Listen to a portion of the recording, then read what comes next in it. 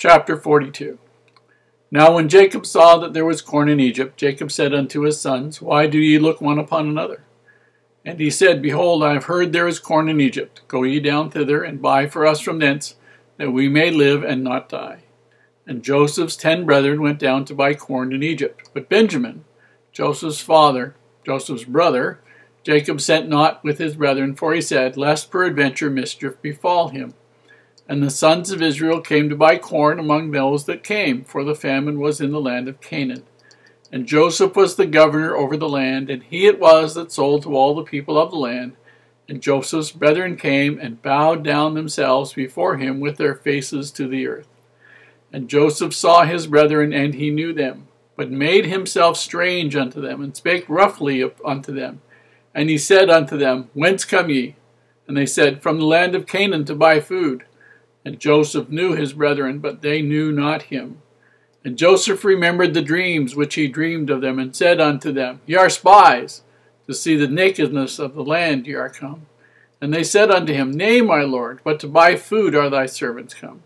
We are all one man's sons, we are true men. Thy servants are no spies. And he said unto them, Nay, but to see the nakedness of the land ye are come.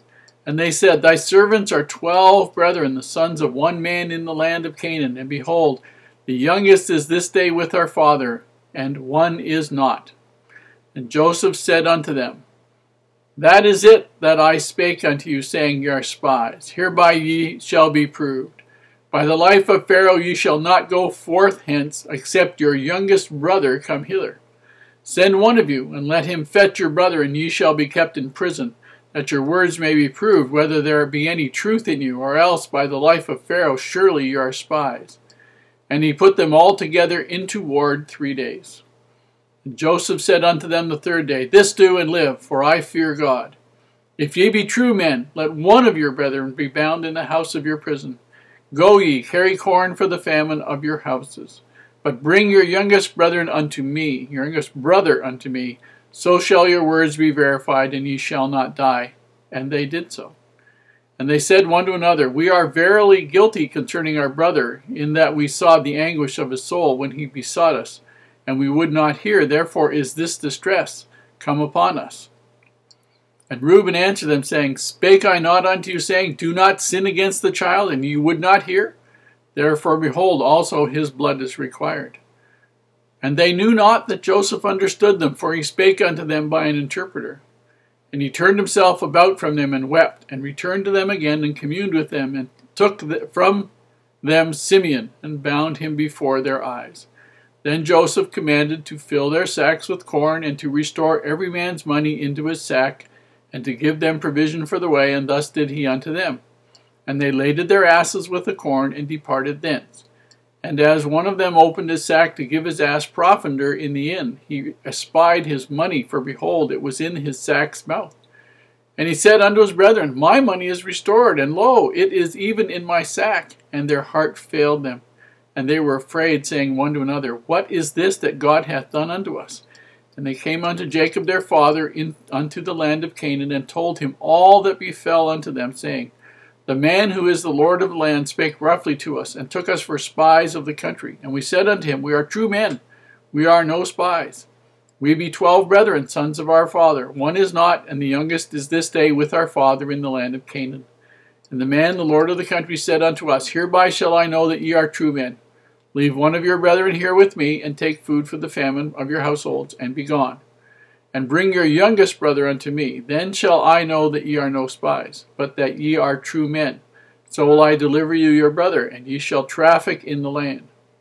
And it came to pass, as they emptied their sacks, that, behold, every man's bundle of money was in his sack. And when both they and their father saw the bundles of money, they were afraid. And Jacob their father said unto them, Me have ye bereaved of my children. Joseph is not, and Simeon is not, and ye will take Benjamin away? All these things are against me. And Reuben spake unto his father, saying, Slay my 2 sons, if I bring him not to thee. Deliver him into my hand, and I will bring him to thee again. And he said, My son shall not go down with you, for his brother is dead, and he is left alone.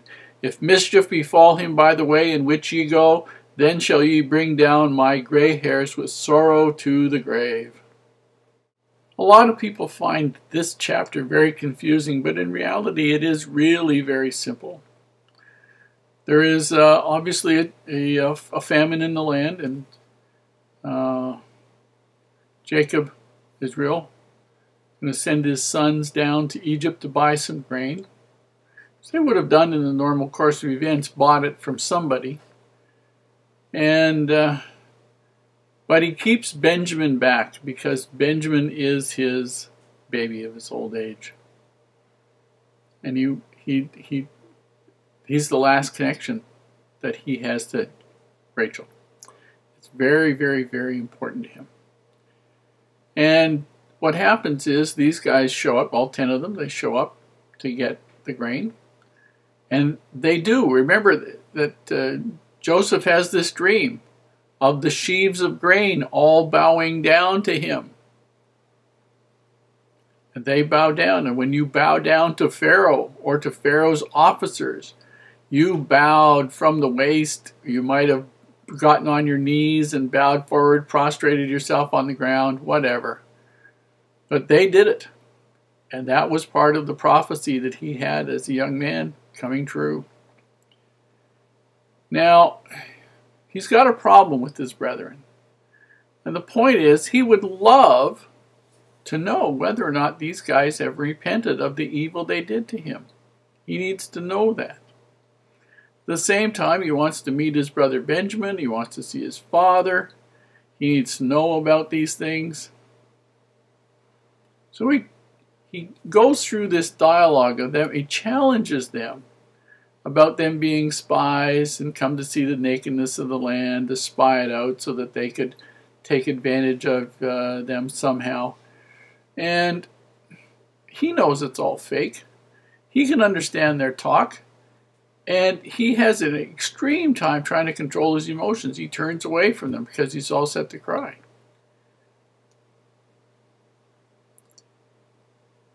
And then what Joseph does is he gives them he says, well, you leave one brother here as security, and all 9 of you go back, and then when you come back, you bring back the youngest of your brothers, and I'll let you all go home. And they really don't have much choice about this. If they go home with no grain, they're going to starve to death. And if they argue with him, they aren't going to get anywhere because he's the most powerful man in the most powerful country on the face of the earth other than Pharaoh. And so they agree. And he sees to it that they not only have the grain, but they have provisions for their trip, and he gives them their money back in the bags. And they head home. They find the grain. They find the money in the grain. And they get scared. And they go back and they tell their dad, and their dad's even scared. But he does not want Benjamin to go. He said, I just can't do it. If mischief befall him by the way which you go, then shall you bring down my gray hairs with sorrow to my grave. In other words, he will die from sadness if anything happens to Benjamin. You can understand that.